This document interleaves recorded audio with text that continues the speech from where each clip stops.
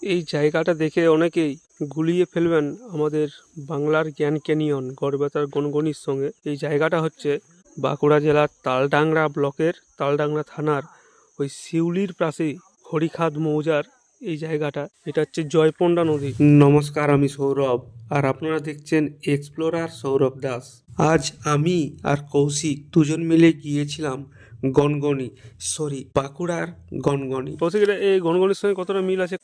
গনগনির সাথে টোটালি মিল আছে। মিল আছে? কেমন জায়গাটা কেমন? গনগনির 25%।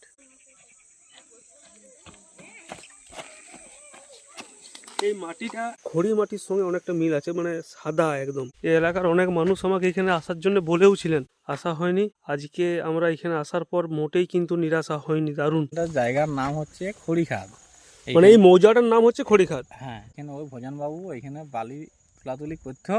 হ্যাঁ, প্রচুর ওইখানে বালি তুলতো, তার জন্য জায়গাটা দেখতেও খুব সুন্দর ভালো ছিল। আমার নাম বিশ্বনাথ গড়াই, আমার বাড়ি দেউলবিড়া। মানে এই সামনেই? হ্যাঁ, এই সামনে।